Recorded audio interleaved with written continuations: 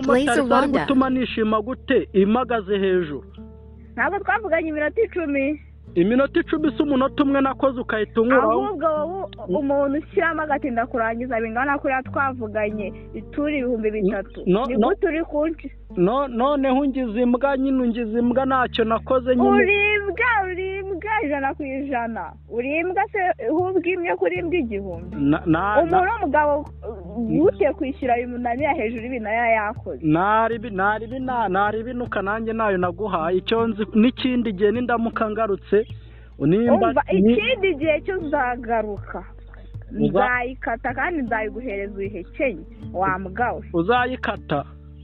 Nzayikata nyine. Ariko musigaye mwaribonye.